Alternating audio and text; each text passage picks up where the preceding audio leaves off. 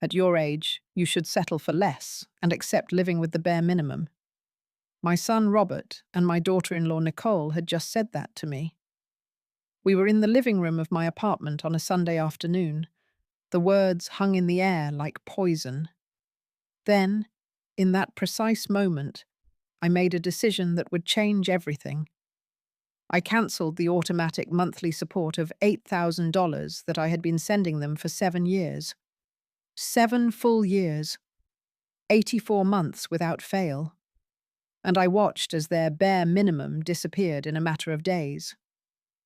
But let me explain how I got here.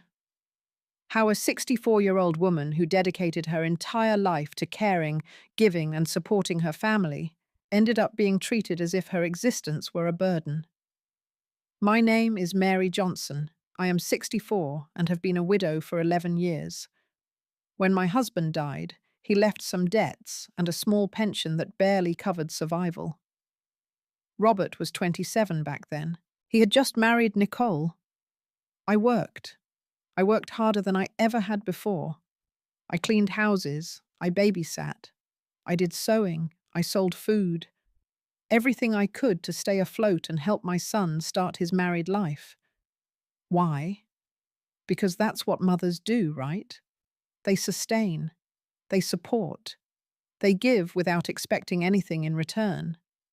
At first, it was only $500 a month to help them with rent while Robert looked for a better job. Then it was $1,000. After that, $2,000. And it kept growing until one day I found myself sending them $8,000 every single month. How did I get that kind of money? 4 years ago, the house my mother lived in was sold. It was an old property in a neighborhood in Boston that had greatly appreciated in value. My sister and I inherited it. My share was $180,000. I invested it well, with the help of a financial advisor recommended by my cousin Doris. The investments paid off. They generated steady returns. And I, the fool that I was, decided that my son deserved to live better, that my granddaughter Audrey deserved to have opportunities, that it was my duty as a mother and grandmother to make sure they didn't go through the hardships I did. So I set up an automatic transfer. Every first day of the month, $8,000 left my account directly to Robert's. No questions, no conditions, just a mother's love converted into numbers. And they got used to it. They got so used to it that it stopped being help and became an entitlement. It stopped being gratitude and became a silent demand. It stopped being love and became dependency, disguised as normality. Nicole was the one who suggested I sell my small apartment 3 years ago. "It's too big for you alone, Mary," she said. "Why do you need 2 bedrooms? Sell it and rent something smaller. That way you'll have more liquidity." Liquidity to keep sending them money. Of course, I didn't do it. Something inside me resisted. It was one of the few times I said no, and Nicole never forgave me for it. From then on, every visit was loaded with comments. Passive-aggressive remarks about how selfish I was to keep so much space just for myself, about how that money could be better used on them, naturally. But that Sunday was different. That Sunday something changed. They had arrived around 3 in the afternoon, without calling ahead, as was their custom. I was preparing dinner when I heard the doorbell. When I opened the door, there they were. Robert, in the expensive shirt I had bought him for his birthday. Nicole, with a new purse that probably cost more than my rent for 2 months. "Hi, Mum," Robert said, giving me a quick peck on the cheek before walking straight into the living room. Nicole followed him. She didn't even greet me. I offered them coffee. Nicole asked for green tea. Robert said yes to coffee, but without sugar, because he was watching himself. It took me 20 minutes to prepare everything, serve it, and bring it to the living room. They didn't even look up from their phones to thank me. That's when I mentioned the dress. It is important for all families to establish healthy boundaries and mutual respect. Even within the closest relationships, recognizing that an individual's personal space, finances, and choices belong to them alone is vital. A mother's role is to support, not to be a never-ending source of funding, and disrespecting a parent's autonomy damages the foundation of the family unit. My cousin Sarah's daughter is getting married in 2 weeks, I said, sitting down in my armchair. I want to buy something nice for the occasion.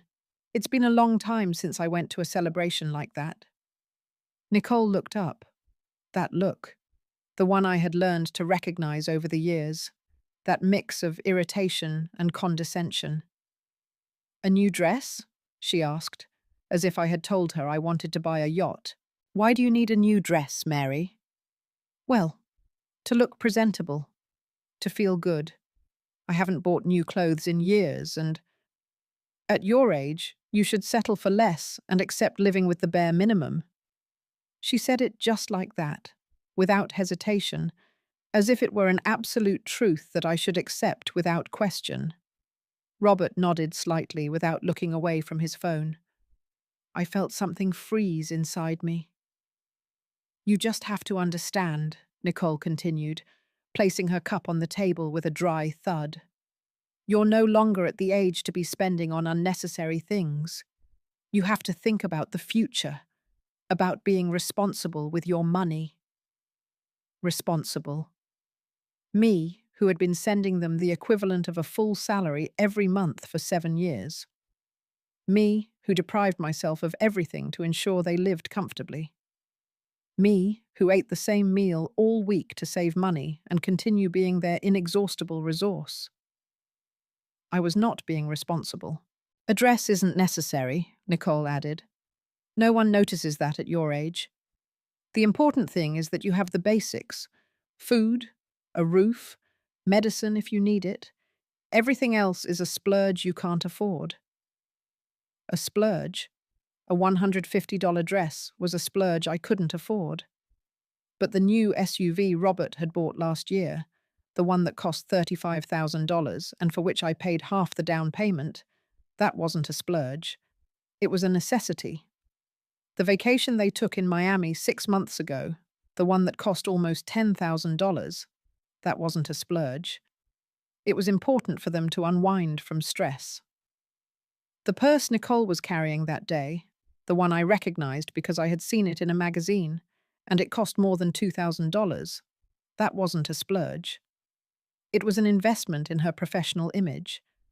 But my dress, my simple desire to feel pretty for one day, that was unacceptable. "You're right," I finally said. The words came out of my mouth, but I didn't recognize them as mine. They sounded hollow, distant. Nicole smiled, a small, victorious smile. "I'm glad you understand, mother-in-law. Sometimes you have to be realistic. You've lived your life. You had your time. Now what's appropriate is for you to adapt to this new phase with humility." Humility. As if the money I sent them every month was a product of my arrogance and not sacrifice.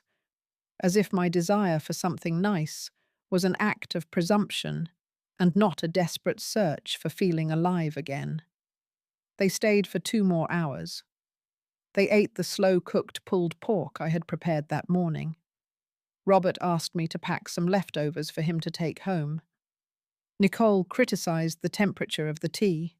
They talked about their plans, their projects, their problems. They never asked about mine. When they finally left, I closed the door and stood in the hallway. The silence of my apartment was deafening. I walked to my bedroom. I sat on the bed. And for the first time in many years, I truly saw myself. I saw a 64-year-old woman wearing the same worn clothes for years. I saw the walls of my room that needed paint ages ago. I saw the old furniture I never dared to replace because it wasn't necessary to spend money on that. I saw my life reduced to the minimum while I financed the abundance of others. And something inside me simply broke. I got up and went to my small desk. I opened the drawer where I kept my bank statements. I spread them out on the wooden surface. 7 years of transfers. 84 payments of $8,000 each. $672,000. Almost $700,000 that I had sent to my son in 7 years, and he had just allowed his wife to tell me I should settle for less. I grabbed my phone. My hands were trembling, but my mind had never been clearer. I logged into the banking app. I found the section for scheduled transfers. There it was. Monthly payment. Robert Johnson, $8,000. Automatic every first day. My finger hovered over the cancel option.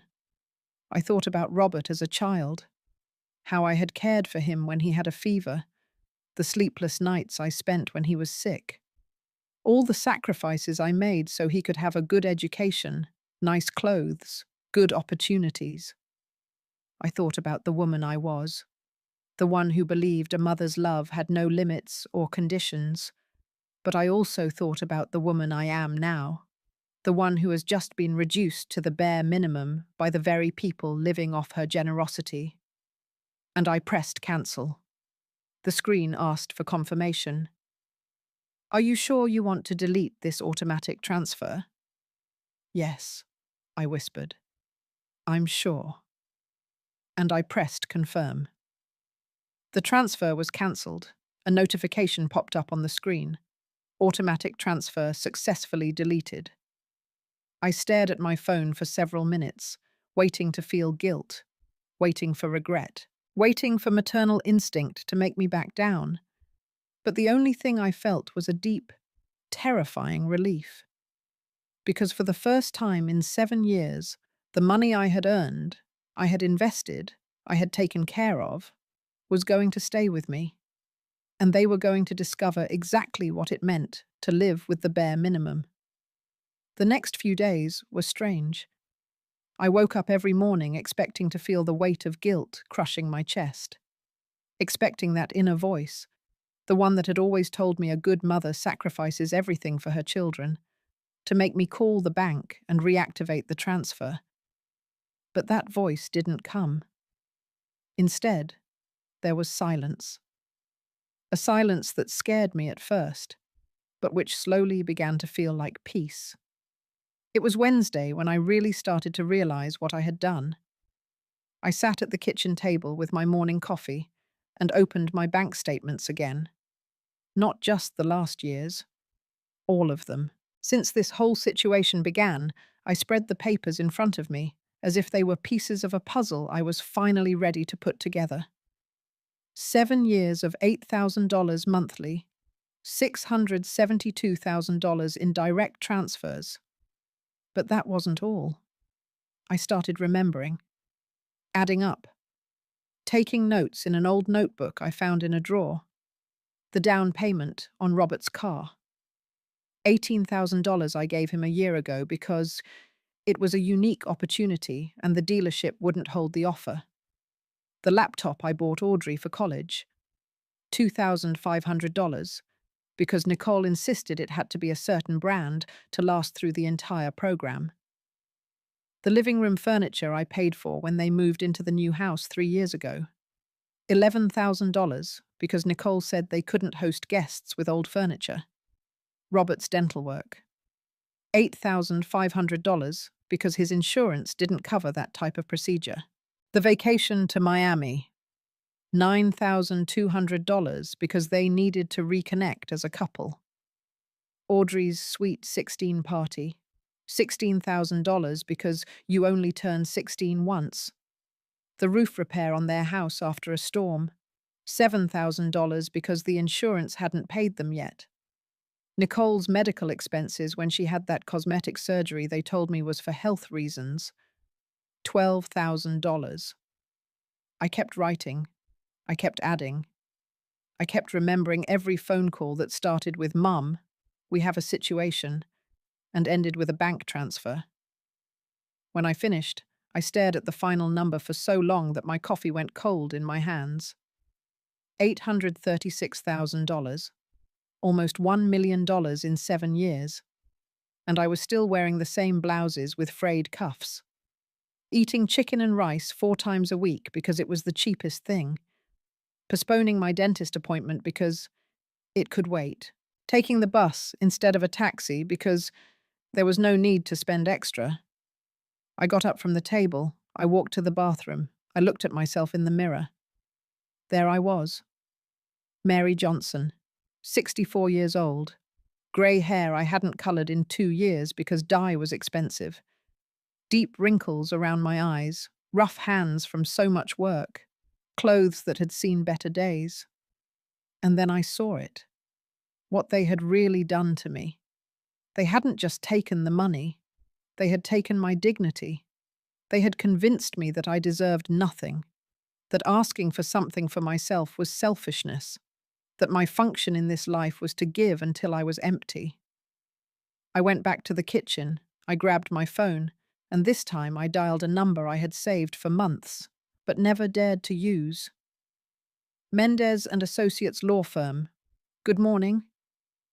Good morning, I replied, surprised by how firm my voice sounded. I'd like to make an appointment with Mr. Mendez. It's about my will. They gave me an appointment for Friday at 10 in the morning. Then I called the bank. I asked to speak to my financial advisor, Mr. Julian Perry, the same one who had helped me invest my inheritance. Mrs. Johnson, it's a pleasure to hear from you. How can I help? I need to review all my accounts, my investments, savings, everything, and I need to make some changes. Of course. When would be a good time for you? As soon as possible. Can I see you tomorrow at 2 in the afternoon? I'll be there. I hung up the phone and sat in silence. For the first time in years, I felt like I was taking control of my own life. On Thursday afternoon, my phone rang. It was Robert. Hi, Mum. How are you? Fine, son. And you? Good. Good. Hey, I was calling because it's almost the first of the month, and I wanted to confirm that you'll be able to help us this month. We have some extra expenses. I stayed silent, listening to him talk as if those $8,000 were an acquired right, as if I were an ATM that simply spit out money every 30 days. Mum, are you listening to me? Yes, I hear you. So will you be able to do the 8,000? Nicole already made some payments counting on it. Counting on my money, as always. Robert, I need to talk to you about that. There was an uncomfortable silence on the other end of the line. What's wrong, Mum? Is there a problem? I think we need to have a serious conversation about the money, about everything. Everything? I don't understand. Did something happen? Many things happened, Robert. Many things that I have let slide for too long. Mum, you're scaring me. Are you okay? Are you sick? And there it was. The only reason he could imagine me setting boundaries. I had to be sick. Something had to be wrong with me. Because a healthy, normal mother would never stop giving. I'm perfectly fine. Better than I've been in years, actually. Then I don't understand what the problem is. The problem, Robert, is that I've been doing a lot of thinking lately about my life, about my decisions, about what I truly deserve. Look, Mum, if this is about the dress, Nicole didn't mean to offend you. She was just being practical. You know how she is. Yes, I knew exactly how she was. It's not just about the dress, son. It's about everything. But I'd rather we talk in person. When? The weekend. Saturday. Okay. We'll come on Saturday afternoon. Come at 3. And Robert, I need you to come alone, without Nicole. This is between you and me. Another silence. Mum, you know Nicole won't agree to that. We're a couple. We don't have secrets. It's not a secret. It's a conversation between a mother and son, one we should have had a long time ago. I don't know, Mum. Let me talk to her and I'll call you back. Robert. My voice sounded harsher than I intended. I'm not asking for your permission. I'm telling you I need to talk to you. Just you. Saturday at 3. If Nicole has to approve you seeing your mother alone, then I think that says a lot about the situation we're in. He was quiet. I could imagine him on the other side, uncomfortable, caught between the habit of obeying me and the reality that his wife had been making all the decisions for years. Fine, he finally said. I'll come on Saturday. Alone. Thank you, son. We hung up. I stood there with the phone to my head. I had just set in motion something I couldn't stop, and although a part of me was terrified, there was another part, bigger, stronger, that was ready for this. The importance of self-protection and speaking your truth cannot be overstated. When a relationship, even a familial one, becomes exploitative, the obligation shifts from giving to self-preservation. It takes immense courage to break a long-standing cycle of enabling behavior. But setting clear, non-negotiable boundaries is the first step toward reclaiming personal dignity and true freedom. On Friday, I went to see lawyer Mr. Mendez. He was a man in his 50s, with a modest but organized office. He greeted me warmly and offered me coffee. Mrs. Johnson, tell me, what brings you here? I want to change my will. I pulled out a folder I had prepared the night before. Inside were all the documents, the bank statements, the notes of all the expenses I had covered, everything organized, everything documented. I showed it to him. I explained the situation. I told him about the $8,000 monthly, about the extra expenses, everything. Mr. Mendez listened without interrupting. When I finished, he leaned back in his chair and looked at me with an expression that mixed professionalism with empathy. Mrs. Johnson, what you have done for your son over these years is extraordinary. But I also understand why you are here. And I want you to know that you have every right to protect your assets and decide what to do with them. In my current will, Robert is the sole beneficiary of everything. But I have a granddaughter, Audrey. She's 19 years old. She's studying in college. And she is the only one who truly cares about me as a person, not as a source of money. I want to leave everything to her. I want to protect what's left. I want to make sure that if something happens to me, my money goes to someone who values it, who uses it well, who understands the sacrifice it represents. Mr. Mendez nodded. We can certainly do that. We will draft a new will where Audrey is the sole beneficiary. I would also recommend that we consider setting up some additional protections while you are alive. What kind of protections? For example, we can make sure that no one else has access to your accounts, that they cannot be added as beneficiaries on your policies or investments without your explicit, notarized consent. These are measures that protect people in your situation. In my situation, elderly people being financially exploited by their own families. It was more common than I had imagined. Yes, I said. I want all those protections. We spent 2 hours reviewing documents, signing papers, establishing safeguards. When I left that office, the afternoon sun seemed brighter than ever.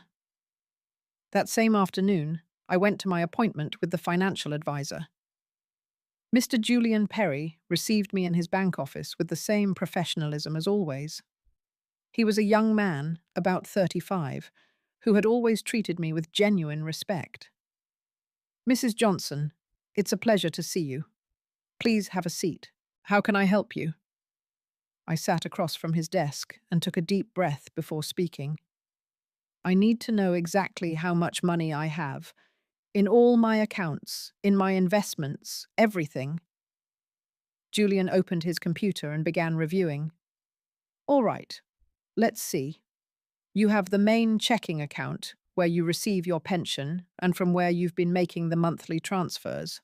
You have the savings account you keep for emergencies, and you have the investment portfolio we established 4 years ago with your inheritance. How much is left in total?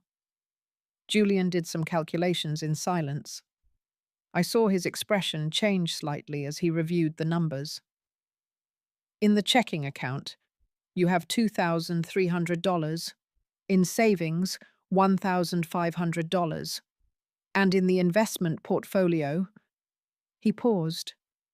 You have $141,000. I felt the air rush out of my lungs. I had started with $180,000 4 years ago, and now there was $141,000 left. Almost $40,000 less. Money that had come directly out of my capital to maintain those monthly transfers when the returns weren't enough. I've been spending my own principal, I said quietly. Julian nodded with a serious expression. Yes, Mrs. Johnson. The last 18 months especially. The $8,000 monthly transfers are very high. The returns on your portfolio generate approximately $5,000 a month. That means every month you are taking an additional $3,000 from the initial capital. $3,000 monthly for 18 months. $54,000 of my inheritance, the money that was supposed to secure my future, simply disappeared. If you had continued at that rate, Julian continued, in less than 4 years, you would have completely exhausted your capital. You would have been left with only your $900 monthly pension. $900. That was what awaited me if I had continued down that path. Real poverty, total dependence. While my son and daughter-in-law lived comfortably with the money that was my only backup. I want to make changes, I said with a firm voice. Big changes. Tell me what you have in mind. First, I've already cancelled the automatic transfer. That is not going to continue. Julian couldn't hide a small smile of relief. I'm glad to hear that, Mrs. Johnson. While it's not my place to say, that transfer was putting your long-term financial stability at risk. Second, I want to reorganize everything. I want to know exactly how much I can spend per month without touching the principal. I want to live off the returns only. Julian began calculating on his computer. With $141,000 in well-managed investments, the monthly returns would be approximately $5,000. Adding your $900 pension, we would be talking about $5,900 a month that you can use without affecting your capital. $5,900 a month. For me alone. Never in my adult life had I had that much money available just for myself. What if I wanted to withdraw a significant amount now? Just once. To do some things I've been postponing. How much are you thinking? $10,000. Julian nodded. That's perfectly reasonable. You would still have $131,000 in investments, which would generate approximately $4,600 a month, plus your pension. Still well above what you need to live comfortably.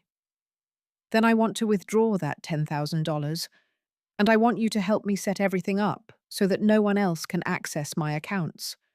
Just me. No one else can be added as an authorized user, as a beneficiary, nothing. We can do that today. I would also recommend that you change your banking passwords and activate two-step authentication on all your accounts. We spent the next hour doing exactly that. Closing accesses, changing passwords, setting up protections. When we finished, my accounts were a fortress to which only I held the keys. One more thing, I said before leaving. If anyone calls asking about my accounts, my funds, anything related to me, do not give them any information. To anyone. Not even if they say they are family. Perfectly understood, Mrs. Johnson. It's already noted in your file. I left the bank with a check for $10,000 in my purse. The weight of the paper felt like freedom. My next stop was a boutique in the mall, an elegant store I had always looked at from the outside but never dared to enter. The saleswoman, a young woman about 25 years old, greeted me with a kind smile. "Good afternoon, ma'am. Are you looking for anything special?" "I need a dress for a wedding, something elegant, something that makes me feel beautiful." Her eyes lit up. "I have just what you need. What size are you?" I tried on 6 different dresses. The 7th was perfect. Emerald green, elegant cut, soft fabric that draped beautifully. It fit me as if it had been made for me. I looked at myself in the dressing room mirror and barely recognized the woman looking back. I looked dignified. I looked alive. "It's perfect," I told the saleswoman. "It looks gorgeous on you. And we have some shoes that match perfectly. And a small clutch that... I'll take it all." The total bill was $420. The dress, the shoes, the clutch, and a silk scarf that the saleswoman insisted complemented everything wonderfully. When I pulled out my card to pay, I didn't feel a shred of guilt. Then I went to the salon. I asked for a haircut, color to cover the grey, and a manicure and pedicure. The stylist was a cheerful woman named Brenda. "How long has it been since you treated yourself, ma'am?" "Years. Many years."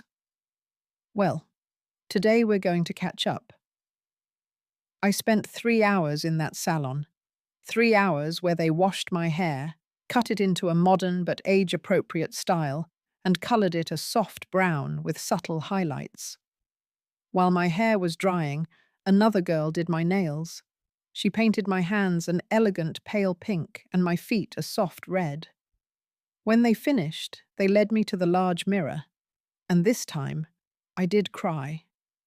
The woman in the mirror was not the tired, worn-out Mary who had lived the last few years on autopilot, giving and giving until she was empty. This woman had a sparkle in her eyes. She had shiny, well-cared-for hair. She had dignity. "You look beautiful," Brenda said, with a genuine smile. "Thank you," I whispered. "It's been a long time since I felt this way." The salon bill was $280. I left a $50 tip. I arrived home as the sun began to set. I left my bags in the living room and sat on the sofa. My phone showed 3 missed calls from Robert and 2 text messages. "Mum, are you okay? Call me when you can." I didn't answer him. We would have our conversation on Saturday. Instead, I dialed another number. "Grandma." Audrey's voice sounded surprised. Normally, she was the one who called me, not the other way around. "Hi, my love. How are you?" "Good, Grandma. And you? Did something happen?" "Nothing bad. On the contrary, I wanted to ask if you're free tomorrow. I'd like to take you out for lunch." "Seriously, I have classes in the morning, but I get out at 1. "Perfect. I'll pick you up at 2 and we'll go somewhere nice." "Grandma, you sound different. Are you sure everything is okay?" "Everything is more than okay, Audrey. For the first time in a long time, everything is exactly as it should be." That night, before going to sleep, I stared at the ceiling of my room. In 2 days, my son would come to my house expecting our usual conversation, expecting me to still be the same complacent mother as always. But that mother no longer existed. The woman I was now had woken up. She had seen with total clarity how she had been used, minimized, reduced to a source of resources, and that woman was not going to allow it to continue. I fell asleep with a strange feeling in my chest. It took me several minutes to recognize it. It was hope. On Saturday morning, I woke up early. I put on one of my new outfits, beige pants and a cream-colored blouse I had bought the day before at another store. I put on light makeup. I looked in the mirror and smiled. At 2 sharp, I was parked outside the university, waiting for Audrey. I saw her walk out of the building with her backpack over her shoulder, looking for me. When she saw me, her expression changed completely. First confusion, then surprise, finally a huge smile. She got in the car and looked me up and down. "Grandma, you look incredible. What happened?" "What happened is that I decided to stop living as if I deserved nothing. What happened is that I opened my eyes." Audrey hugged me tightly. "You have no idea how long I've waited to hear you say something like that." I took her to an elegant restaurant downtown, the kind of place I had always thought was too expensive or too fancy for me. We ordered an appetizer, a main course, dessert. We talked for 2 hours. I told her everything. The $8,000 monthly, the humiliations, the line about settling for less, my decision to cancel everything. Audrey listened intently. She didn't interrupt until I finished. "Grandma," she finally said, with tears in her eyes, "I've been watching how they treat you for years. Years of wanting to tell you it's not fair, that it's not normal. But every time I tried to talk to you about this, you changed the subject or defended Dad." "I know, my love. I recently realized that you are the only one who really sees me." Audrey took my hand across the table. Her eyes were full of tears, but also something that looked like relief. "Grandma, there are so many things I've wanted to tell you. So many times I've watched Mum talk to you and felt rage. But she's my mother and you're my grandmother. And I was stuck in the middle, not knowing what to do. Tell me.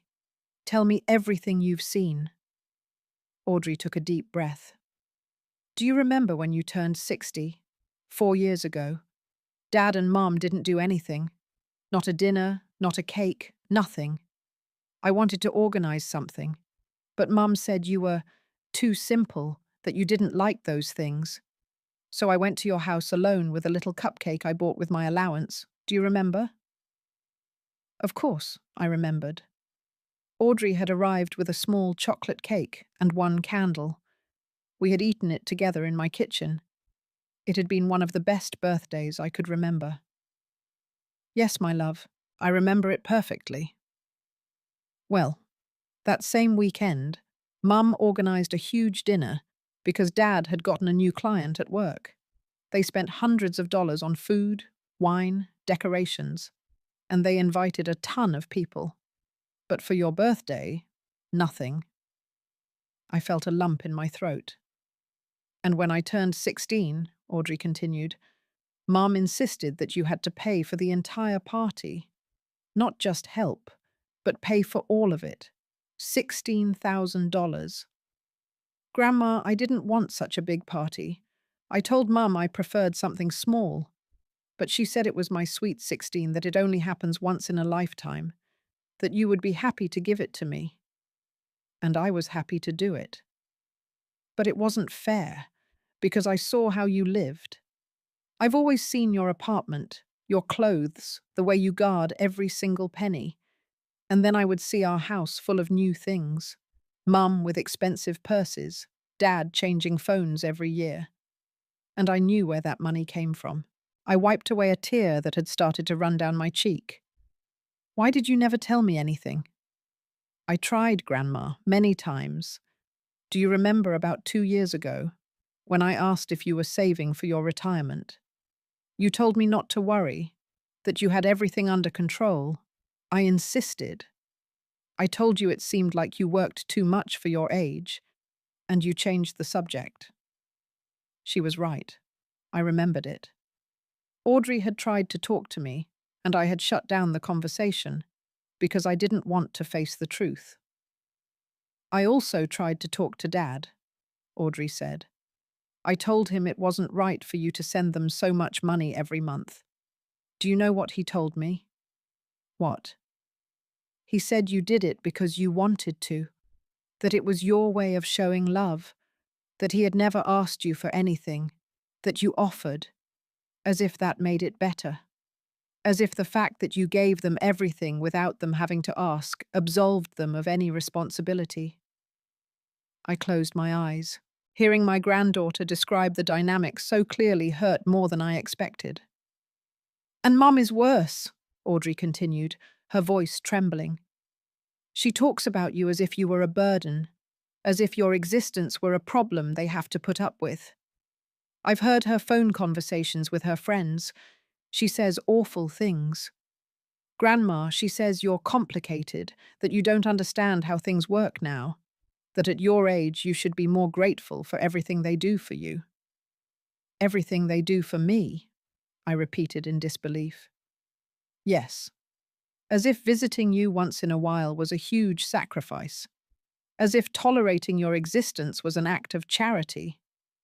I felt something break inside me, a part that still wanted to believe that maybe I was exaggerating, that maybe things weren't that bad. But hearing it from Audrey, from someone who had been a silent witness for years, made it impossible to keep denying it. Do you know what hurt the most? Audrey asked. It was the day Mum told me that when I got married, she hoped I wouldn't be like you, that I wouldn't be one of those mothers-in-law who gets involved in everything and expects constant attention. I told her you had never done that you never asked for anything. And do you know what she answered? I shook my head. She told me, exactly, that's why it's worse. Because she puts on this martyr act of not asking for anything but expecting us to guess what she needs. I was speechless. Grandma, you literally give them thousands of dollars every month, and she has the nerve to call you a martyr. We fell silent for a moment. The waiter came to clear our plates. We ordered coffee. Audrey, I finally said, I need to tell you something important. I explained everything I had done in the past few days. The cancellation of the transfers, the lawyer, the new will, the financial protections, everything. When I finished, Audrey had an expression that mixed relief with concern. Grandma, I'm so proud of you. But I'm also scared. Mum is not going to accept this. She's not going to let it go. I know. And Dad is going to be caught in the middle. He's going to try to convince you to go back to the way things were. He's going to use guilt. He's going to remind you of everything you've done for him. He's going to try to make you feel like you're hurting him. I know that too. Are you ready for that? I took a moment before answering. Was I ready? Was I prepared to see my son try to manipulate me? To face Nicole's wrath? To stand firm when they tried to make me feel like the villain of the story? I'm not sure I'm ready, I admitted. But I know it's necessary. I know that if I don't do it now, I'm going to end my days with nothing. No money, no dignity, nothing. Audrey squeezed my hand. I'm going to be with you. Whatever you need. If you need me to be there when you talk to Dad, I'll be there. If you need me to remind you why you're doing this when you start to doubt, I'll do it. You're not alone in this. I felt tears running freely down my face now.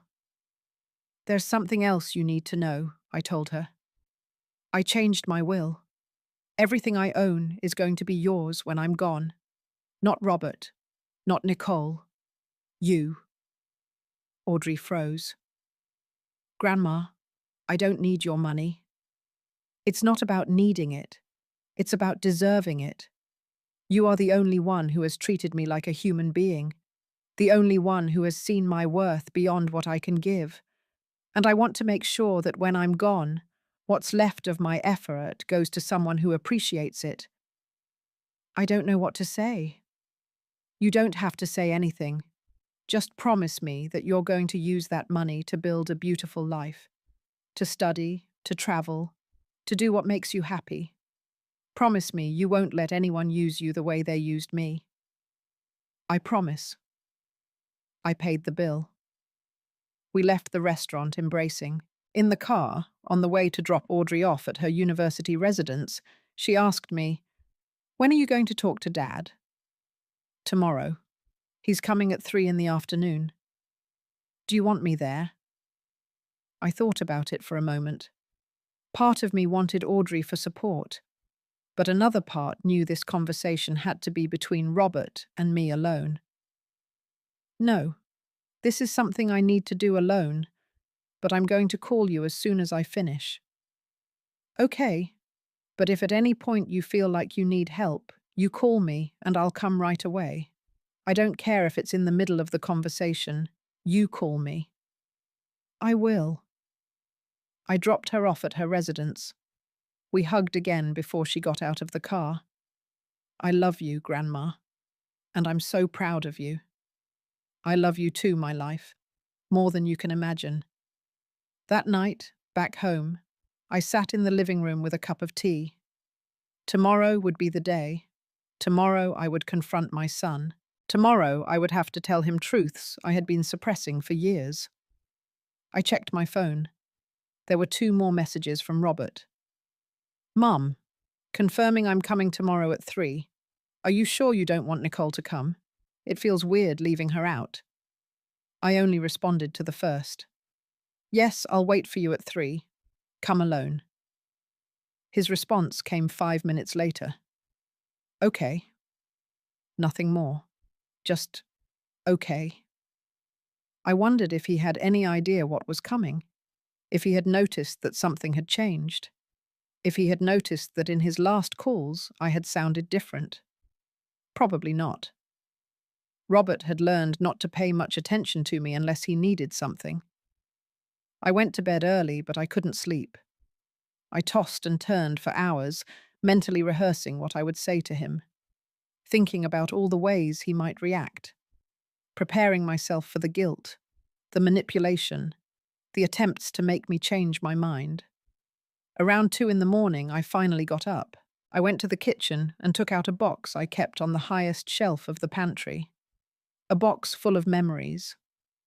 Inside were photos of Robert as a child, his first day of school, his birthdays, family Christmases, diplomas, certificates.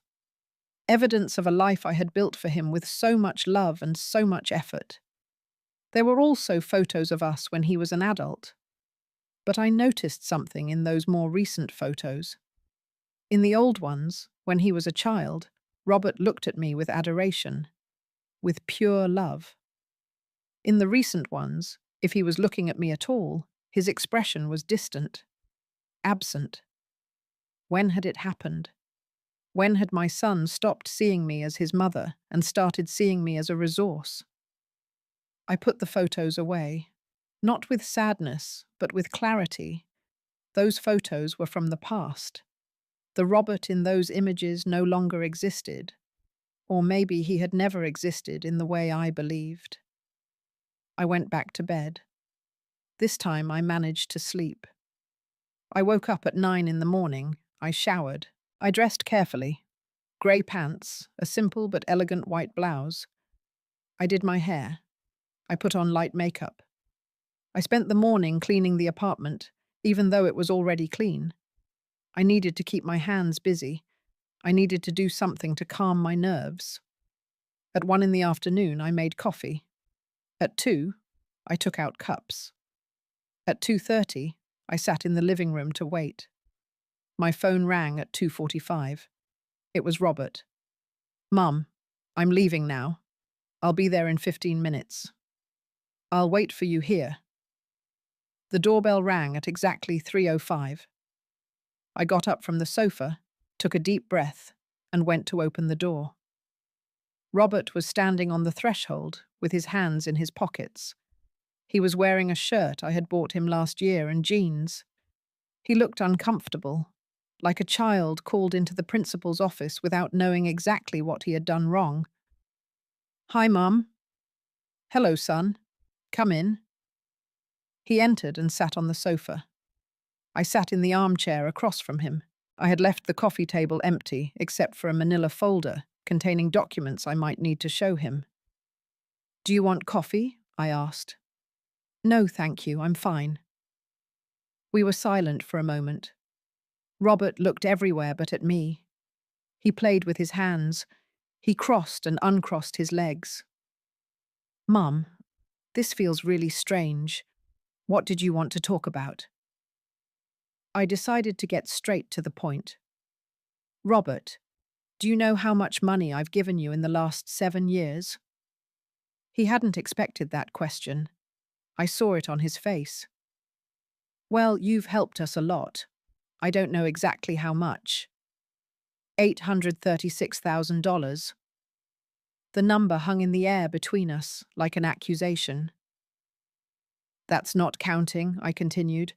The clothes I've bought you, the birthday and Christmas gifts, the dinners I've paid for every time we go out, just in direct transfers and major expenses, $836,000.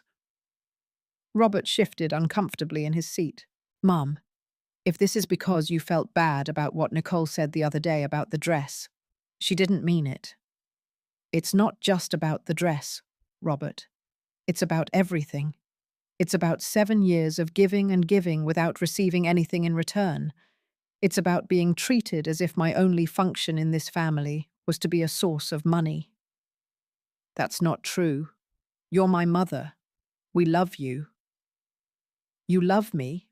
Really? I stood up and picked up the folder from the table. I opened it and took out a calendar where I had marked dates. Do you know how many times you have visited me in the last year without asking me for money or without me inviting you? Robert remained silent. 3 times, Robert. 3 times in 12 months. And 2 of those 3 times you came because you were in the area and decided to stop by. You stayed less than half an hour each time. Mum, I've been busy. Work, the house, Nicole. I understand you're busy. What I don't understand is why you have time to go to the gym 5 times a week, to go out to dinner with your friends every weekend, to go on vacation, but you don't have time for your mother. It's not fair for you to say that. It's not fair. Do you know what's not fair, Robert? That on my last birthday, the only person who remembered was Audrey. You called me 3 days later because she reminded you. And when you called, you asked if I could lend you $2,000 for a car repair. I watched him turn red. He knew it was true and couldn't deny it. Mum, I'm sorry I haven't been more present, but nothing. I don't want excuses. I want you to understand something very important. The $8,000 a month I've been sending you, that's over. The silence that followed was absolute. Robert looked at me as if he hadn't understood the words. What? I'm not going to keep sending you money every month. I cancelled the automatic transfer. Mum, you can't do that. We're counting on that money. We have expenses, commitments. Expenses and commitments that are yours, not mine. You're 38 years old, Robert. You're an adult man with a college degree that I paid for, with a car that I helped you buy, living in a house where I put down half the down payment. It's time for you to support yourself. But Mum, you don't understand. Nicole quit her job when we got married because we agreed she would take care of the house. I'm the only one earning income, and my salary alone is not enough to maintain our lifestyle. Then change your lifestyle. It's not that easy. Of course it's easy. It's exactly what you told me I had to do. Settle for less. Accept living with the bare minimum. Do you remember those words, Robert? Because I will never forget them. Mum, Nicole didn't mean… Yes, she did. She meant exactly that. That I, at 64, after working my whole life, after raising you alone when your father died, after giving you almost $1 million, don't deserve to buy a dress. But you deserve a vacation in Miami, dinners at expensive restaurants, designer clothes, a new car every 3 years. Robert ran his hands through his hair. I recognized that gesture. It was what he did when he was stressed and looking for a way out. Mum, I know Nicole can be a little direct sometimes, but she only meant… I don't care what she meant. I care about how she made me feel. She made me feel like trash, Robert, as if my existence were an inconvenience. as if daring to want something for myself was an unforgivable act of selfishness. You're exaggerating. Am I exaggerating? Tell me, when was your birthday last year? How much did I spend on your party? Robert didn't answer. $4,500. Between the venue, the food, the cake, the gift. $4,500 to celebrate you. And when my birthday was 2 months later, you didn't even call me on the right day. I already told you I'm sorry, I forgot. You didn't forget, Robert. It simply wasn't important to you. I'm not important to you. Only my money is. That's not true, and you know it. I stood up and walked toward the window. I needed to move. I needed to channel the energy I felt building up in my chest. Do you know what I realized a few days ago? That I can't remember the last time we had a real conversation. One where you asked me how I was, what I've been doing, how I feel. All our conversations revolve around what you need. Always. Mum, if you felt that way, why did you never say anything? I turned to look at him. Because I was afraid. Afraid that if I stopped giving, you would stop coming. And now I realize I was right. Because the only reason you come is because you take for granted that the money will keep coming. That's not fair. Life isn't fair, Robert. I learned that the hard way, and now it's your turn to learn. Robert stood up. So what? You're going to punish us? You're going to cut us off completely because Nicole said something that offended you?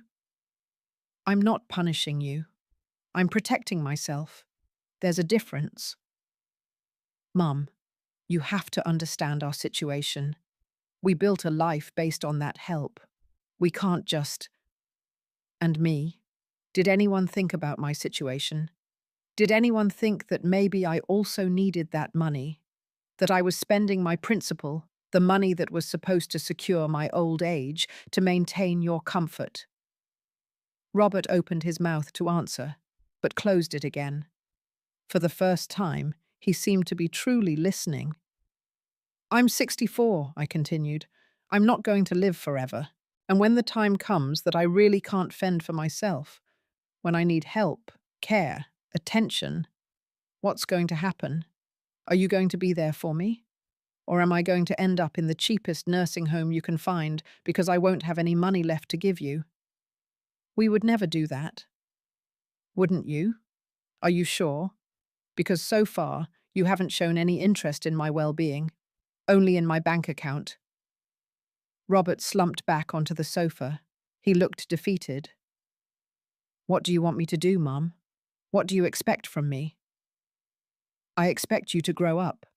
I expect you to take responsibility for your own life. I expect you to stop seeing your mother as an ATM and start seeing me as a human being. I see you as my mother. No, Robert. You see me as your mother when it's convenient for you. The rest of the time, I'm invisible to you. There was a long silence. I could see Robert processing, trying to find the right words. But I didn't need nice words anymore. I needed actions. The $8,000 is not coming back, I said firmly. That is final. But there's something else you need to know. I sat down again and opened the folder. I pulled out a copy of the new will. I went to a lawyer. I changed my will. Everything I own, when I die, is going to Audrey. Not you, her. The colour drained from Robert's face. What? Mum, you can't do that. I'm your son. I'm your only family. Audrey is my family too, and she is the only one who has treated me with real love and respect, the only one who sees me as more than a source of resources. This is because of Nicole, isn't it? You don't like her, and you're punishing me for marrying her. This has nothing to do with who you married. It has to do with how you have allowed me to be treated. It has to do with your own actions and inactions. You can't disinherit me. It's not fair. I can, and I did, and it is fair, because I already gave you your inheritance while I was alive, Robert. $836,000. That is your inheritance. You won't receive 1 cent more when I die. Robert stood up abruptly. This is a mistake. You're making a huge mistake. The mistake I made was for 7 years, allowing myself to be used. Now I'm correcting that mistake. Nicole is going to... He left the sentence hanging in the air, as if he suddenly realized what he was about to say. Nicole is going to what, Robert? Is she going to get angry? Is she going to be furious? Tell me, what is your wife going to do when she finds out the free money is over? Robert walked toward the door and then returned. He was frantic. I could see the panic starting to set in his eyes. Mum, please, you have to reconsider this. Give me a month. Give me time to reorganize things, to talk to Nicole, to adjust our budget. No. No, just like that. Just like that. Because if I give you a month, you'll come back in a month with another excuse, and then another, and another, and we'll be in the exact same place a year from now. This ends now. But we have the mortgage, the car payments, the credit cards. Those are all your problems, Robert, not mine. You signed for that mortgage, you bought that car, you used those cards. Now it's your turn to solve it. And what am I supposed to do? Sell the house? Return the car? Do what you have to do. Get a second job. Nicole can go back to work. You can move to a smaller place. You can do exactly what millions of people do every day. Live within your means. I can't believe you're doing this to me. I'm not doing anything to you, Robert. I just stopped letting you do it to me. Robert was breathing rapidly. I could see he was between anger and desperation. And what am I supposed to tell Nicole? How do I explain that we suddenly don't have $8,000 a month? Tell her the truth, that your mother got tired of being treated like she was worthless, that your mother decided she deserved dignity, that your mother finally opened her eyes. She's going to say you're being selfish. Probably, but I won't be here to hear it anymore. Robert looked at me with an expression I hadn't seen in years, something between confusion and genuine pain. Do you really hate me that much? The question hit me in the chest. I sat down again, suddenly feeling the weight of all this. I don't hate you, Robert. I love you. You are my son, and you always will be. But loving someone doesn't mean letting them destroy you. Loving someone doesn't mean making yourself small so they can be big. Then what do you want from me? I want you to be a man. I want you to take charge of your life. I want you to stop depending on your 64-year-old mother to support your family. And I want you to, maybe someday, be able to see me as more than a means to an end. Robert slumped back onto the sofa. He covered his face with his hands. For a moment, I saw the boy he was. The boy who ran to me when he fell down. The boy who looked for me when he was scared. The boy who told me I was his favorite person in the whole world. But that boy had grown up, and the man he had become had forgotten that I was also a person with needs, with dreams, with a right to be treated with respect. I don't know how we're going to survive without that money, he finally said in a broken voice. You'll find a way. People always find a way. What if we can't? What if we lose everything? Then you'll learn what it really means to lose everything. Because I lived it, Robert. When your father died, I was left with debts and a miserable pension. And I survived. I worked until my bones ached. I did whatever it took. And I never, ever asked anyone to rescue me. You're stronger than me. No, I simply had no other choice. And now you don't either. There was another long silence. Robert wiped his eyes with the back of his hand. Is there anything I can do to make you change your mind? anything. You could start by respecting me, by treating me like your mother and not your bank, by showing up when you don't need anything, by remembering my birthday, by asking me how I really am and listening to the answer. But none of that is going to bring the money back. That's part of the past now. And the will? The will isn't going to change either. Audrey has earned that place. You've already received more than most children receive from their parents in a lifetime. Robert stood up slowly. I think I should go. I think so too. He walked toward the door. He stopped with his hand on the handle. Mum, I really am sorry if I made you feel bad. It wasn't my intention. I know. And that's part of the problem. You never intended to hurt me. You just didn't care enough to realize you were doing it. He opened the door and walked out without saying anything else. I watched him walk toward his car. I watched him get in. I watched him sit there for several minutes before starting the engine. When he finally left, I closed the door and stood in the hallway. I didn't cry. I thought I would, but the tears didn't come. What I felt was something close to relief, as if I had been carrying an enormous weight for years and had finally set it down. I went to the kitchen. I poured myself a glass of water. I sat at the table.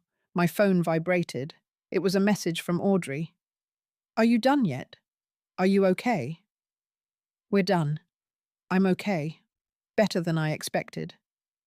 Do you want me to come over? It's not necessary, but thank you for worrying. I love you, Grandma. I love you too, my life. I put the phone down on the table and looked out the window.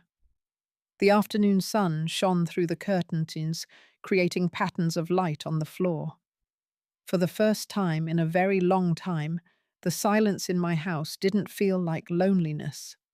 It felt like peace. I knew this wasn't over. I knew Nicole would react. I knew the storm was coming. But for now, in this moment, I had done what I needed to do. I had told my son the truth. I had set boundaries. I had defended myself. And I had survived. That night, I cooked for myself. Not chicken and rice again. I made a small steak I had bought the day before, with roasted vegetables and a fresh salad. I poured myself a glass of wine that I had also bought and never dared to open because it was too expensive to drink alone. I ate dinner in my small dining room, savoring every bite, enjoying the taste of the wine, allowing myself this simple pleasure without guilt. Afterward, I washed the dishes, put on my pajamas, and sat in the living room with a book I had wanted to read for months but never had time to open. I read for 2 hours, lost in the story, forgetting everything else for a moment.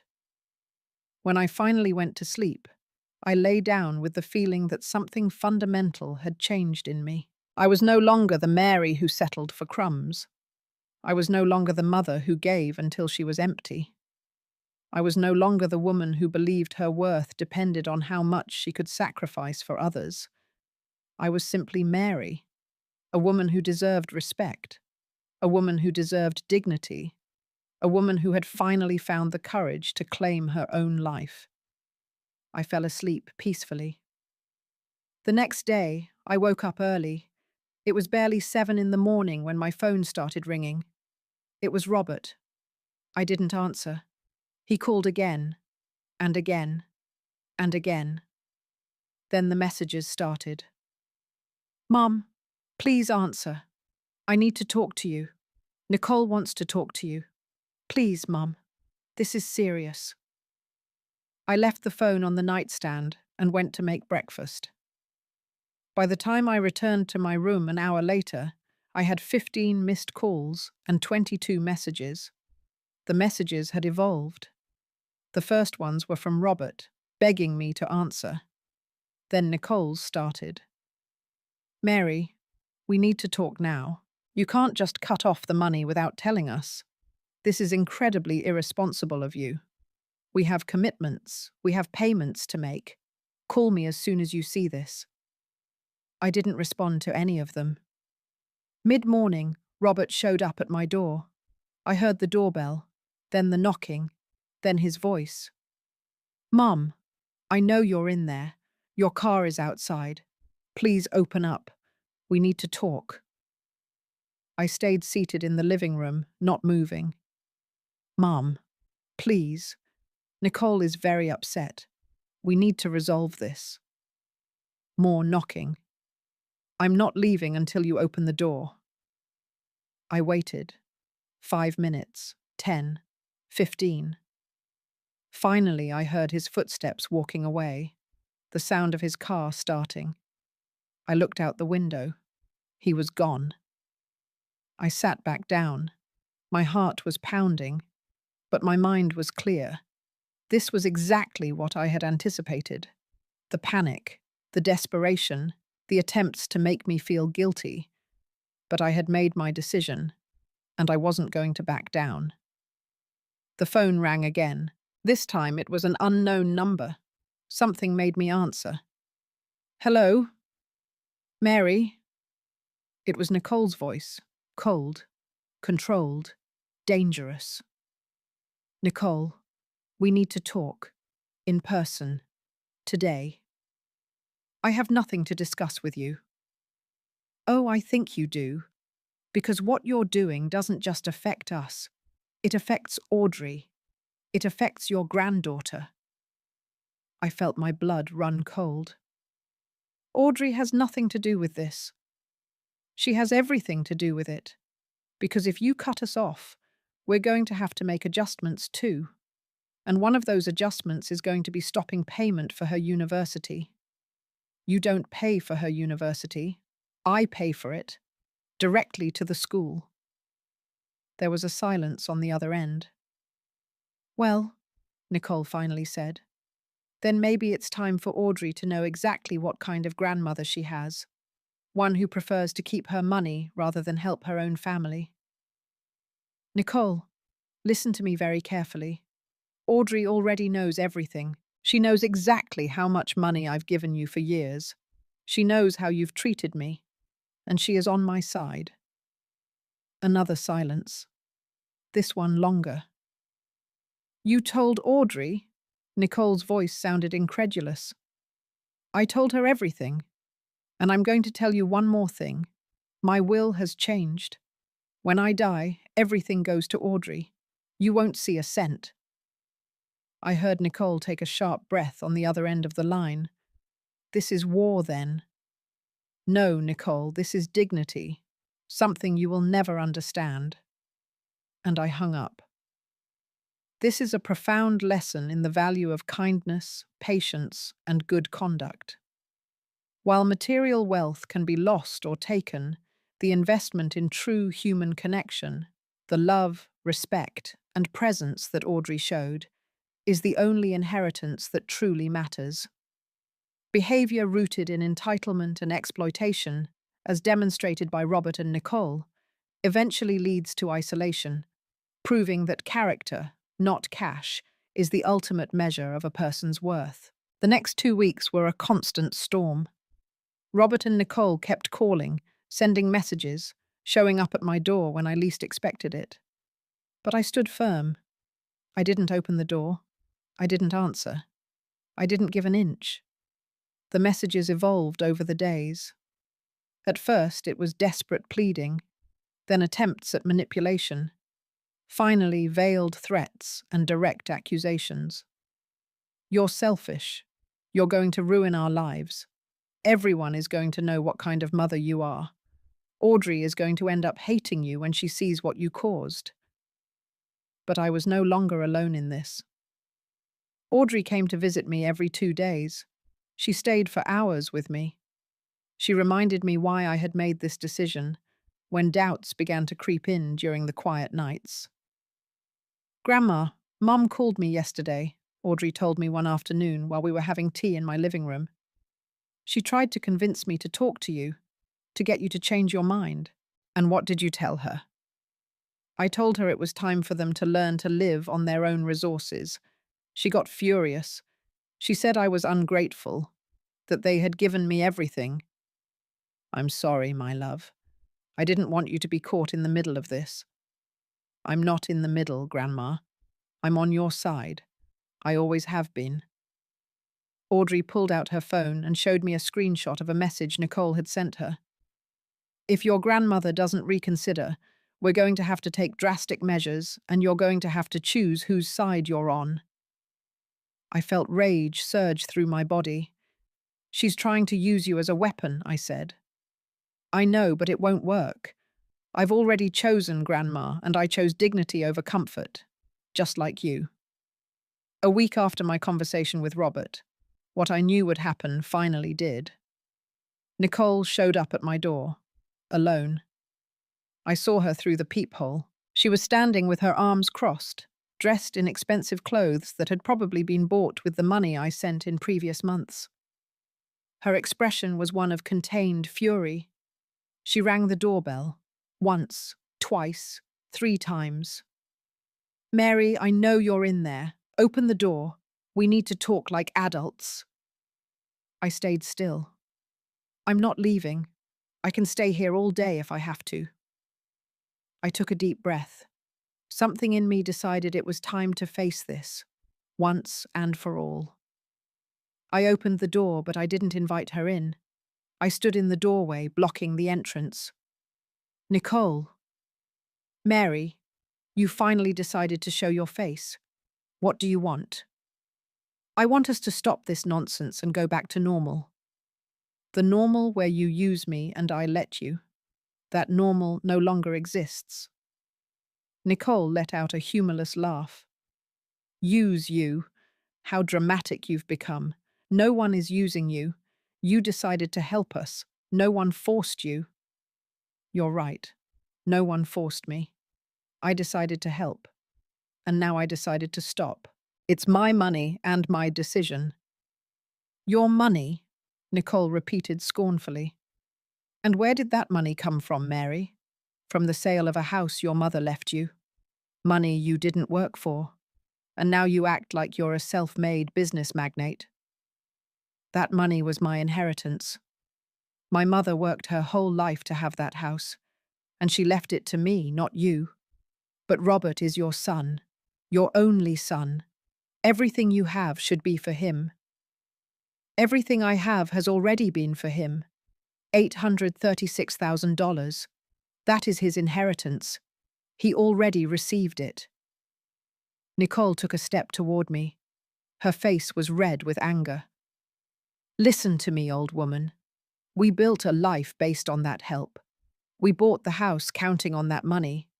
We made financial commitments because we knew we could count on you. You can't just cut everything off and leave us hanging. Yes, I can. And I did. This is elder abuse in reverse. You have resources and you refuse to help your own family. That makes you cruel. Abuse? You want to talk about abuse? The abuse was making me feel like I deserved nothing. It was treating me as if my only function was to finance your life. It was telling me that at my age I should settle for less, while you lived in abundance with my money. I never said that. Yes, you did. You said it in my living room 3 weeks ago. And those words were what finally opened my eyes. Nicole clenched her jaw. Fine. If that's how you want to play, that's how we'll play. But I'm warning you, Mary. There are consequences for this. Robert is devastated. He's not sleeping. He's not eating well. He's sick with stress because of you. Because of me? Not because of you who never learnt to live within your means. Because of me? You're his mother. Mothers are supposed to take care of their children. They take care of them, Nicole. They don't support them until they're 40 years old. There's a difference. You're selfish, and you're going to end up alone. Completely alone. Because when you really need us, when you're a sick old woman who can't take care of herself, we won't be there. Did you hear me? We won't be there. I looked her directly in the eyes. I'd rather die alone than live being used. And frankly, Nicole, you've never been there for me. Not even when I was giving you everything. So your threat doesn't scare me. You'll regret this.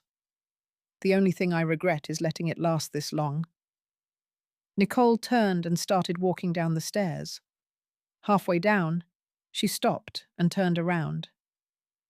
"On the first day of the month, when the money doesn't arrive, Robert is going to collapse. And that's going to be on your conscience. Robert is an adult man. If he collapses, it will be because he never learned to support himself. And that is his responsibility, not mine." Nicole left without saying anything else. She got into her car and sped off so fast that the tires squealed against the pavement. I closed the door. My hands were shaking, but not from fear, from adrenaline, from something that felt dangerously close to triumph. I called Audrey immediately. "Nicole was here. Are you okay? What happened?" I told her everything, every word, every threat. "Grandma, I'm so proud of you. I know it wasn't easy. It wasn't, but it was necessary." "Do you know what Dad told me yesterday?" Audrey asked. "He said you had become bitter in your old age. That age had changed you." "Age didn't change me, Audrey. Exhaustion changed me. Awakening changed me. Realizing I deserved better changed me." "I know.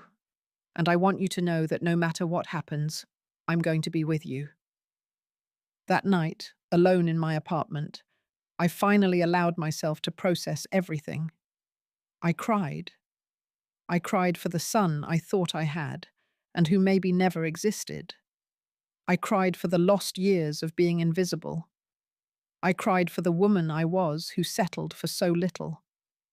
But I also smiled. I smiled because I had found my voice, because I had stood up for myself, because I had finally chosen myself.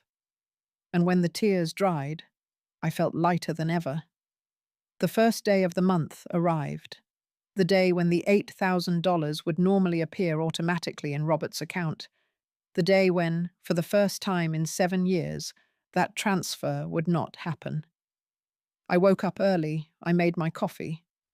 I sat at the kitchen table and waited. I didn't have to wait long.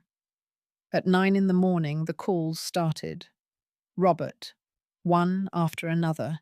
15 calls in 20 minutes. I didn't answer any of them. Then the messages came.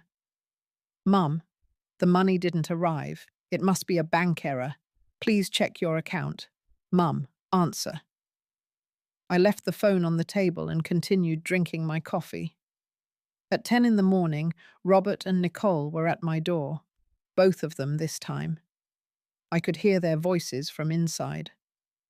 "Mary, open the door right now," Nicole screamed. "This is not a game anymore."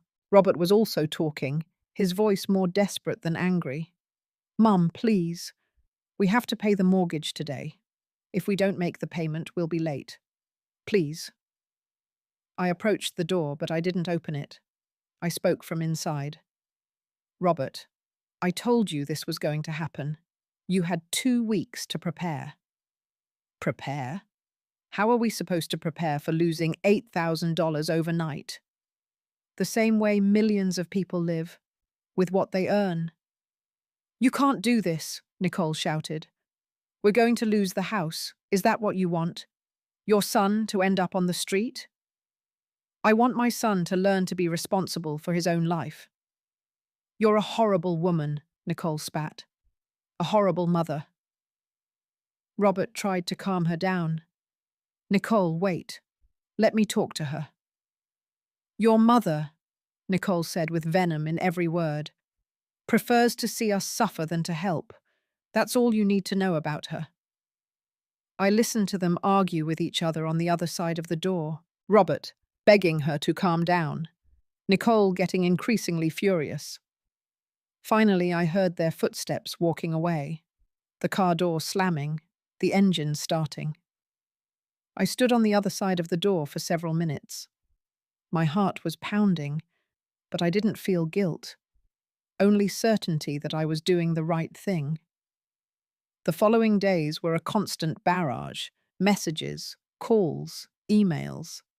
Robert even tried to contact me through social media, which I hardly ever used. Every message was more desperate than the last. Mum, our cable and internet were cut off. Mum, the bank called us about the car payment. Mum, Nicole is sick with stress. She needs to see a doctor, but we don't have the money. Mum, please, I'm begging you. I blocked their numbers. I blocked their accounts. I needed peace, and they weren't going to give it to me. Audrey kept me informed of what was happening. Dad had to ask his boss for a salary advance, she told me one afternoon. And Mum is looking for work for the first time in years. She's furious. She says it's humiliating. It's not humiliating to work. It's what normal people do. They also sold Mum's car, the one they bought 2 years ago. I felt a pang when I heard that, but I quickly dismissed it. That car had been bought with my money. A $30,000 car that Nicole needed to feel safe on the road. They're going to have to sell more things, I said. Or move to a cheaper place. Or both. I know. And they know it too. That's why they're so angry. Because they're realizing that they really depended on you for everything. 2 weeks after the first day, I received a certified letter. It was from a lawyer. With trembling hands, I opened the envelope. Inside was a formal letter. Robert and Nicole were suing me. They alleged that there was a verbal agreement to sustain them financially, that they had made life decisions based on my promise of continued help, that cutting off that help constituted financial and emotional damage. They wanted the judge to force me to continue the monthly transfers, or, failing that, to pay them a sum of $200,000 as compensation. I sat on my sofa with the letter in my hands. I felt rage. I felt sadness. I felt disbelief. My own son was suing me. I immediately called Mr. Mendez, the lawyer. Mrs. Johnson, I imagined something like this might happen, he said when I explained the situation. But I want you to rest assured. This lawsuit has no solid legal basis. Are you sure? Completely. You have the absolute right to decide what to do with your money. There is no signed contract. There is no legal obligation. The transfers you made were voluntary gifts. You can stop them whenever you want. And as for the verbal agreement, they would have to prove it. And even if they did, verbal agreements of this type are not legally binding, especially when it comes to gifts. Don't worry, we will respond to this lawsuit, and it will be dismissed quickly. How much will it cost me to defend myself? My fees would be $3,000 to handle this completely, but believe me, it's worth every penny. And we can probably ask for them to pay the legal costs when the judge dismisses the case. Do it. Defend me. With pleasure. And Mrs. Johnson, I know this must be very painful for you, but you are doing the right thing. When I hung up, I sat in silence. My son had sued me. He had taken me to court. He was willing to destroy what was left of our relationship for money. And in that moment, something inside me died for good. The last hope that maybe, somewhere deep down, Robert still loved me as a son. That hope died. I wrote to Audrey. Your father sued me. Her response came in seconds. I know. He just called me to tell me. He tried to get me to testify in his favor. I told him not to dream about it. How are you, my love? Sad. Angry. Ashamed to call him my father. How are you? Freed. For the first time. Completely freed. And it was true. Because that lawsuit, however painful, had cut the last thread that bound me to them. The last vestige of obligation. The last bit of guilt. I no longer owed them anything. Neither money, nor time, nor worry. I was free. 6 months later, the lawsuit was dismissed exactly as Mr. Mendez had predicted. The judge not only rejected the case, but ordered Robert and Nicole to pay my legal costs. $3,000 that I know hurt them to pay. I didn't feel satisfaction, only a definitive closure. Robert tried to call me after the verdict came out. I didn't answer. He sent me a long message full of justifications and excuses. I deleted it without finishing reading it. Nicole, for her part, disappeared completely from my life, and it was the best gift she could have given me. Today, as I write this, 8 months have passed since that Sunday when everything changed. 8 months since I cancelled that transfer. 8 months since I took back my life. What has happened in this time? I sold some old furniture and redecorated my apartment. Now I have a living room I like, with colours that make me happy. I hired someone to paint the walls. I bought plants and placed them in every corner. I signed up for a painting class for seniors.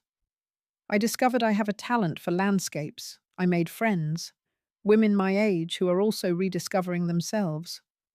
I started travelling. Nothing extravagant, but trips I had always wanted to take. I went to Key West. I visited the beaches of New Jersey. Audrey and I are closer than ever. She is thriving in college. She has a grandmother who supports her unconditionally and expects nothing in return. I told her everything about the will. I explained that when I'm gone, she will have the resources to build the life she wants. She cried and hugged me and told me she would rather have me for 1,000 more years than any inheritance. And Robert? 3 months ago, I found out through Audrey that they had to sell the house. They moved to a smaller apartment. Nicole got a job as a receptionist. Robert is still at the same job, but he now works extra hours. They are learning to live with what they have. They are discovering what it means to be responsible adults. I don't feel pity. I feel that they are finally living the life they deserve. Audrey asked me a few weeks ago if I would ever forgive her father. I don't know, I answered honestly. Maybe someday. But forgiveness doesn't mean going back. It means letting go of the resentment, not re-establishing the relationship. What if he changes? If he really changes? Then maybe we could have some kind of relationship. But it will never be the same as before, because I'm not the same either. And it's true. I'm not the same Mary who settled for crumbs, who believed her worth depended on how much she could give, who accepted being invisible just to feel needed. I am a woman who learned that true love is not demonstrated by self-destructive sacrifice, that boundaries are not selfishness but self-care, that I deserve dignity, respect, and consideration. I learned that it's okay to say no, that it's okay to prioritize my well-being, that it's okay to live for myself after living for others for so long. Last week, I went to my cousin Sarah's daughter's wedding. I wore my emerald green dress. I did my hair. I put on makeup carefully. When I arrived, several people stopped me to tell me how great I looked. "Mary, you're radiant," my cousin told me. "What have you done? You look years younger." And I knew exactly how to answer. I found myself. I danced at that wedding. I laughed until my stomach hurt. I ate cake without guilt. I drank champagne. I lived. And when I returned home that night, tired but happy, I looked in the mirror. The woman looking back had wrinkles. She had grey hairs starting to show through the dye. She had 64 years of history written on her face. But she also had a spark in her eyes. She had dignity in her posture. She had peace in her expression. They told me I should settle for less, that I should accept living with the bare minimum. They were right about one thing. I learned to live with the minimum. But the minimum is not money. It's not material things. It's not settling. The minimum is dignity, respect, self-love. And those 3 things, Finally, I have in abundance. I cancelled that $8,000 transfer, and yes, their world collapsed in days. But by the time they realized what they had really lost, it was too late, because I had already found something much more valuable than their approval. I had found my freedom, and that no one will ever take away from me again. The most profound lesson this experience taught me is that self-worth is not an exchange rate. It is an intrinsic value that must be guarded fiercely. For 7 years, I confused financial support with parental love, allowing my generosity to become a tool for my own emotional neglect. The true tragedy was not the money I lost, but the dignity I surrendered.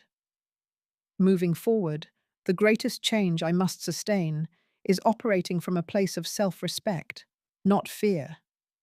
I need to actively invest in my present and future happiness by nurturing authentic relationships, traveling, and pursuing my passions, instead of being a passive funder of others' entitlements. My continued happiness and peace depend on maintaining these clear, firm boundaries. The love for my son remains, but the obligation to enable him is permanently severed. My job now is to live a full, beautiful life that sets a positive, self-affirming example for Audrey, proving that it is never too late to take control and demand the respect you deserve.